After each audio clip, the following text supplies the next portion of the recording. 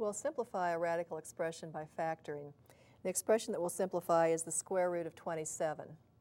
Now to do this, we can think of the product rule for radicals in reverse. The product rule says that the square root of a times the square root of b is equal to the square root of ab.